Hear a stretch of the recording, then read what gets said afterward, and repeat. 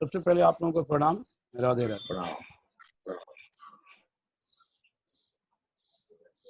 संसार जो है ये अपूर्ण है। संसार अपने आप में पूर्ण है ही नहीं। अगर हम संसार पूरा भी पालें तब भी अपूर्णता बनी रहेगी और अपूर्णता में ही दुख। जब तक हम अपूर्णता में जिएंगे तब तक दुख। ईश्वर को पाकर ही हम पूर्ण हो सकते हैं और हम सुखी हो सकते हैं। कल बात उठी थी लास्ट में, वैराग की ज्ञान की बात उठी थी। तो यदि कोई मीरा जी की तरह शुरू में भक्ति में लग गया हो तो बाद में ऐसे व्यक्तियों के पास ज्ञान वैराग आ जाता है। लेकिन एक घोर विषयी जो टोटली संसार में आसक्त होकर जी रहा है, उसको बिना ज्ञान दिए उसके अंदर वैराग नहीं आएगा। इसलिए उसको पहले ज्ञान देने की थोड़ा बहुत ज्ञान तो हम लोग को हम लोग के घर वाले ही कराते हैं, लेकिन वो वैराग हम लोग का टिकता है। जैसे तुलसीदास जी को जब उनकी पत्नी ने ज्ञान कराया तो उनका जो वैराग है वो टिक गया। टिकने का कारण है कि वो भगवत प्राप्ति कर ली। और संसारी मनुष्यों का जो जीवन है वो वैराग और समझौता में चलता है। किसी घर कभी कभी क्या होता है कि परिवार वाले ही कटु शब्द बोलते हैं तो थोड़ी देर के लिए वैराग आता है। सुबह वैराग आता है तो शाम को हम समझौता कर लेते हैं कि चलो यार, तो अपने घर वाले ही हैं, अपने पुत्र हैं, अपनी पत्नी। अर्थात समझौता वैराग इसीलिए पूरी जिंदगी चलती। ये संसार जो है एक गुलाब के फूल की तरह। गुलाब का फूल देखिएगा 2-4 दिन में झड़ जाता है फूल खिल के, लेकिन उसमें जो कांटे हैं ना, वो कांटे अस्थायी होते हैं, हमेशा बने रहते। जब तक वो वृक्ष रहेगा तब तक वो कांटे रहेंगे। इवन यहाँ तक अगर वृक्ष सूख भी जाए, वृक्ष अगर सूख भी जाए तब भी वो कांटे वैसे के वैसे ही रहते। तो संसार ये गुलाब के फूल की तरह है। इसमें जो सुख है वो बहुत जल्दी झड़ जाता है, लेकिन जो संसार का जो दुख है वो कांटे की तरह हमेशा बना रहता है। और हम लोग का स्वभाव है कि संसार में सुख खोजने का, क्योंकि शरीर मानते हैं, शरीर के सुख के लिए इंद्रिय मन बुद्धि के लिए दौड़ते रहते। सांसारिक ये बात कई बार हो चुकी है कि सांसारिक मनुष्य जो है वो शरीर, इंद्रियां और मन के घाट तक जीता है, इसी लेवल पे जीता, इसके ऊपर नहीं जाता। इंद्रिय, शरीर और मन के लेवल पे जीने का कारण ही यही है कि वो दुखी है। वो हमेशा इंद्रियों का डिमांड पूरा करने में, मन का डिमांड पूरा करने में सुबह से लेकर रात तक पूरे जीवन भर परेशान हो जाता है। बल्कि इंद्रियां और मन दोनों मिलके उस संसारी मनुष्य की दुर्दशा कर देती है। लेकिन वो बेचारा समझ नहीं पाता है कि आखिर मैं क्या करूं कि मैं सुखी हो जाऊं, क्योंकि उससे ऊपर जाता है नहीं। इससे ऊपर आत्मा लेवल, जब आत्मा के लेवल पर वो पहुंचेगा तब इंद्रियां मन उसका पीछा छोड़ती हैं, तब वो सुखी होता है। ये संसार जो है ये आत्मा का सब्जेक्ट है, हमारा सब्जेक्ट ही इंद्रिय मन का सब्जेक्ट है। इससे संसार कुछ भी पाकर आत्मा तृप्त नहीं होती है, चाहे हम कितना भी कोशिश कर लें, कितना भी संसार हम इकट्ठा करें। गीता के 7वें अध्याय के 7वें श्लोक में भगवान ने कहा है कि मतः परतरम नान्यत किंचित दस्ति धनंजय मयि शर्मिणं प्रोतम सूत्रे मणि गणाय। कहते हैं अर्जुन, संसार का मेरे अतिरिक्त कोई कारण ही नहीं। संसार का क्रिएटर मैं हूँ, ये संसार जो है क्रिएशन, कार्य, मैं कारण हूँ और ये कार्य। तो संसार का कोई भी व्यक्ति वो मड़ियों की तरह, जैसे मड़ियां एक माले में पिरोई रहती हैं, कहते भगवान कहते हैं कि ये सारा संसार उस मोतियों की तरह, मैं वो धागा हूँ, सूत्र हूँ जो मुझ में पिरोए हैं। कहने का मतलब क्या है? कहने का मतलब भगवान ये इनडायरेक्ट इशारा कर रहे हैं कि तुम्हारे हर प्रॉब्लम का सॉल्यूशन केवल मेरे पास होगा, केवल मेरे पास होगा। लेकिन क्योंकि माया ने अज्ञानी बना दिया है, इसलिए भगवान की बात हम सुनते नहीं। भगवान की बात मान लें, 2 मिनट में हम सुखी हो जाएंगे, हम मानना ही नहीं चाहते। तो ये संसार टोटल का टोटल दुख रूपी है। गीता में भगवान ने ये कहा है, ये अर्जुन से कहा है, माम पेते पुनर्जन्म दुखालयम शाश्वतम। तुम तो कह ही रहे हैं कि संसार पूरा का पूरा दुखालय है, तुम इसको सुखालय मान के बैठे हो, हम क्या करें? हमने जब संसार बनाया उसी समय तुमको हमने वेद दे दिया। हमको मालूम था कि हमारे बच्चे जो हैं वो अज्ञानी हैं, वो उतना नहीं समझ पाएंगे, सुख के लिए भटकेंगे, तो हमने उनको पहले ही वेद बना के दे दिया। संसार प्रकट के साथ साथ वो वेद को पढ़ेंगे और उनका असली सुख कहाँ है वो समझेंगे। लेकिन वो या तो जानबूझ के समझना नहीं चाहते हैं, या बहिर्मुखता में इतने वो व्यस्त हो गए हैं कि हर मनुष्य सुख का सागर है, हर मनुष्य ही सुख का सागर है। ये रामायण से लेके गीता से लेके भागवत तक है। रामायण में भी गोस्वामी जी लिखते हैं कि इसमें अंश जीव विनाश चेतन अमर सहज सुखरास। ये जीव जो है ईश्वर का अंश है, चेतन भी है, अमल भी है। अमल का मतलब होता है जिसमें कोई मैल नहीं, और सहज में, सहजता में ही उसको सुख का राशि प्राप्त है, सुख राशि है। जैसे हमें केवल बहिर्मुखता से अंतर्मुखता में आना। जैसे एक किसान था, उसके जमीन में सोना चांदी हीरा जवाहरात गड़ा हुआ था, वो बेचारा भूखा सोता था, उसको पता नहीं था। किसी ने बता दिया कि भाई जमीन से अपना जमीन खोद के हीरा जवाहरात निकाल लो।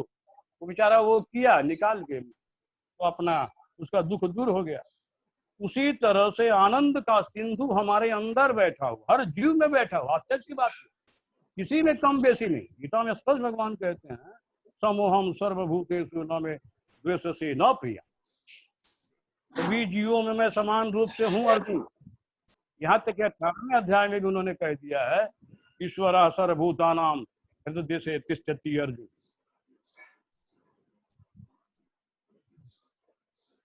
बड़े विडंबना की बात है कि हमारे अंतःकरण में आनंद सिंधु बैठा हुआ है और हम दुखी हैं।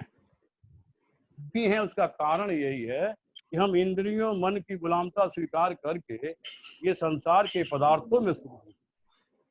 जब तक हम अंतर्मुखता में नहीं आएंगे, इंद्रियों मन को जब तक हम अंतर्मुखता में नहीं लाएंगे, तब तक वो आनंद सिंधु वैसे का वैसे पड़ा रहेगा और एक तरह से हम दुखी होकर संसार में सुख के लिए भागते ही। ये बड़े आश्चर्य की बात है। भगवान ने अर्जुन से कहा कि अर्जुन मैं आनंद सिंधु, जब तुम्हारे मन को मुझसे आनंद मिलने लगेगा तो तुम्हारा मन कहीं जाएगा। जैसे भंवरे होते हैं, तितलियां होती हैं, वो उसी फूल को चुनती हैं जिस पर बहुत देर तक रसपान कर सके। उसी तरह तुम्हारा मन रूपी भंवरा जब मुझसे आनंद पाने लगेगा, रस पाने लगेगा, तो वो कहीं जाएगा।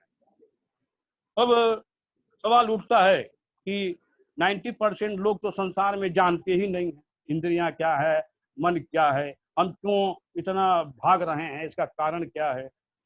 और 10% लोग जानते भी हैं तो उसमें से 9% लोग करते ही नहीं। 1% लोग अपना करते हैं, अपना काम बनाते हैं। तो हम लोग क्या करते हैं, ये जो खटमल और जो मच्छर हैं, ये थोड़ा सा हमारा खून पीते हैं,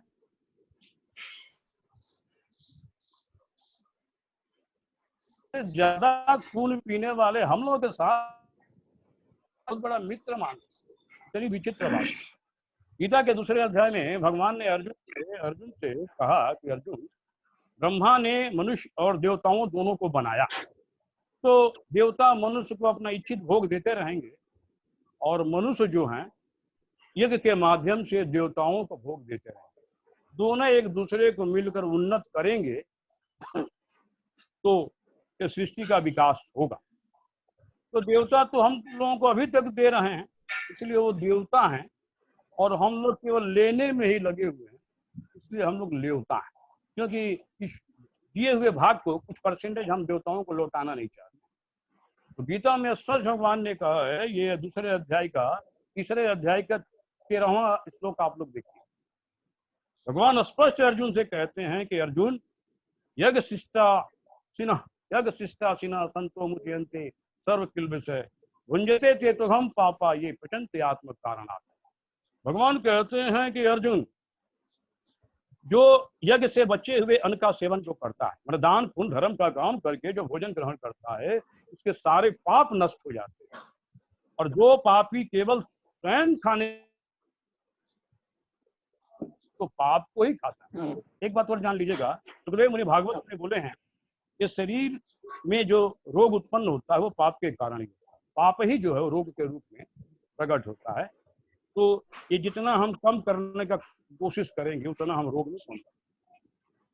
तो आगे भगवान कहते हैं कि एवं, ये 16वां श्लोक है तीसरे अध्याय का, तीसरे अध्याय का 16वां श्लोक में गोविंद कहते हैं कि एवं प्रवर्तितम चक्रम नानुवर्ती यति अघाय इंद्रिया रामो मोघम पार्थ जी। यहाँ भगवान कड़ा फटकार लगा, भगवान कहते हैं कि अर्जुन, जो सृष्टि चक्र के अनुसार नहीं बरतता, सृष्टि चक्र के अनुसार बरतने का मतलब हुआ जिसको जो संसार में कर्म दिया गया है वो कर्म नहीं करता है, केवल अपनी इंद्रियों के सुख के लिए जो जी रहा है, वह पापी तो व्यर्थ है। कहने का मतलब क्या है कि जैसे एक गाड़ी है, गाड़ी जो प्रत्येक पार्ट है, जैसे स्टीयरिंग है, चक्का है, गियर है, ब्रेक है, यदि गाड़ी का कोई भी पार्ट बेकार हो जाए तो गाड़ी का संतुलन बिगड़ जाता है, गाड़ी में असुविधा पैदा हो जाता है। उसी प्रकार से ये संसार में हर मनुष्य को भगवान ने एक कर्म दिया। भगवान कहते हैं हर मनुष्य को हमने एक कर्म दिया ताकि तुम अपने कर्म को ठीक ढंग से करो, ताकि ये संसार रूपी जो गाड़ी है वो सुचारू रूप से चल सके। लेकिन हम लोगों ने क्या किया है, अपने उस कर्म से हट गए। कर्म से हटने का नतीजा हुआ कि संसार डिसबैलेंस हो गया है। आज ये देखिएगा जो कोरोना रोग आया है, ये संसार के डिसबैलेंस का कारण है, और मनुष्य नहीं सुधरे तो इससे भी भयंकर परिस्थिति है। एक ख्याल आप और भी कीजिएगा, हमारे देश में 70,000 जो कोरोना वायरस के पीड़ित हैं, एक भी इसमें आपको भगवान का संत भक्त नहीं मिलेगा। आप खुद के देखिए, चाहे वो अयोध्या का संत हो या वृंदावन का संत हो या चित्रकूट का, एक भी संत कोरोना वायरस से इंफेक्टेड नहीं हुआ। इतने हुए हैं सब विषयी जीव, ये आप लोग लिख के रखें। तो भगवान कहते हैं कि जिस प्रकार से गाड़ी का हर पार्ट सुचारू रूप से अपना अपना काम करता है, गाड़ी को चलाने में सहायक होता है, उसी तरह से प्रत्येक मनुष्य को एक कर्म दिया गया है ताकि वो शुभ कर्म करके, प्रकृति के नियम के अनुसार कर्म करके और इस संसार रूपी गाड़ी को सुचारू रूप से चलाने में मदद करे। भगवान कहते हैं कि जो ये कार्य नहीं करता है, केवल इंद्रियों के सुख के लिए जो जी रहा है और संसार को नष्ट कर रहा है, अपने स्वार्थ के लिए नष्ट कर रहा है, इंद्रिय मन के स्वार्थ की पूर्ति करने के लिए नष्ट कर रहा है, तो भगवान कह रहे हैं कि वह पापी तो व्यर्थ जी रहा है, उसके जीने से कोई लाभ नहीं है और उसके मरने से कोई हानि भी। अब भगवान फिर तीसरे अध्याय के 17वें श्लोक में कहते हैं, यस्तवात्मरतिरेव स्यदात्म तृप्तश्च मानवा आत्मनेव च संतुष्ट कार्यम न विद्यते। भगवान कहते हैं जो अंतर्मुक्ता में आ जाता है, जो साधना करके अपने इंद्रियों का मन को समझ करके धीरे धीरे बस लाके और साधना के द्वारा जब अंतरात्मा में लाता है तो फिर उसका कर्म समाप्त हो जाता है। क्योंकि आत्मा में जब रमण करने वाला व्यक्ति जो होता है वो पूर्ण आनंद में आ जाता है, ईश्वरीय आनंद में। भगवान ये कह रहे हैं कि जब तक मनुष्य इस शरीर को अपना मानकर और इंद्रियों मन का डिमांड पूरा करता रहेगा तब तक वो दुखी रहेगा। क्योंकि कोई भी वस्तु घर में लाइए, वो वस्तु का जो सुख है वो हमेशा टिकता नहीं, इसलिए हमारे मन के अंदर नयापन बना रहता है, और नई वस्तु लाऊं और नया ये लाऊं, नया वो करूं, ये सारा हम शरीर और मन का पूरा करने में लगे रहते हैं और वो चीज दुख रूप है, तो कुछ ही दिन में उसका सुख समाप्त हो जाता है। नतीजा ये होता है कि हमारा दुख वैसे का वैसे बना ही रहता है और जीवन भर बना रहता है। इसलिए भगवान कहते हैं कि तुम साधना के द्वारा अपने अंतरात्मा में आने का प्रयास करो। इंद्रिय मन बुद्धि को हर जगह एक ही जगह लो। जैसे गोपी का मतलब आप लोग जानते हैं, गोपी का मतलब केवल वृंदावन की गोपियां नहीं, गोपी वही है जो हर गो माने इंद्रियां होता है, पी माने पीना, तो हर इंद्रियों से कृष्ण रस का पान कर रहा हो वही गोपी। तो हर इंद्रियों को जब आप कृष्ण में लगा दीजिएगा तो अंतर्मुक्ता में आप स्वतः आने लगे। तो भगवान कहते हैं कि अंतरात्मा में रमण करने वाला व्यक्ति जब अपनी आत्मा में जो रमण करने वाला हो गया हो, जो आत्मा में तृप्त हो, आत्मा में जब मनुष्य संतुष्ट हो जाता है तो उसके लिए कर्म समाप्त हो जाते हैं, उसको कर्म करने की आवश्यकता नहीं रह जाती, क्योंकि उसकी प्रॉब्लम, उसका जो सोल्यूशन, प्रॉब्लम का जो सोल्यूशन है वो हो चुका। जैसे ही हम सारा का प्रॉब्लम सॉल्व हो जाएगा, हम चाह के भी कोई कर्म नहीं कर सकते। और जब तक ये समस्या का समाधान नहीं हो रहा है तब तक हमें कर्म करना पड़ेगा, चाहे हम करोड़ों जन्म आए, करोड़ों जन्म जाएं। दूसरी बात यह है कि इसको हम जल्दी से कर लेना चाहिए, नहीं करेंगे। दूसरी बात यह है कि ये जब तक आनंद हमें नहीं मिल जा रहा अंतःकरण वाला, तब तक मनुष्य अपने लिए ही कर्म करे, वो दूसरे के बारे में सोचेगा ही नहीं। तो कहने का मतलब ये है कि जितनी जल्दी हम अपनी साधना बढ़ाएंगे, हम अपनी आत्मा में वापस आते जाएंगे, और हमारे अंदर जो आनंद सिंधु बैठा हुआ है उस आनंद सिंधु से हमारा कांटेक्ट हो जाएगा, फिर परमानेंट हमेशा के लिए हम आनंद पाएंगे। तो समय हो गया है, आज के लिए इतना ही, चर्चा को फिर कल आगे बढ़ाएंगे।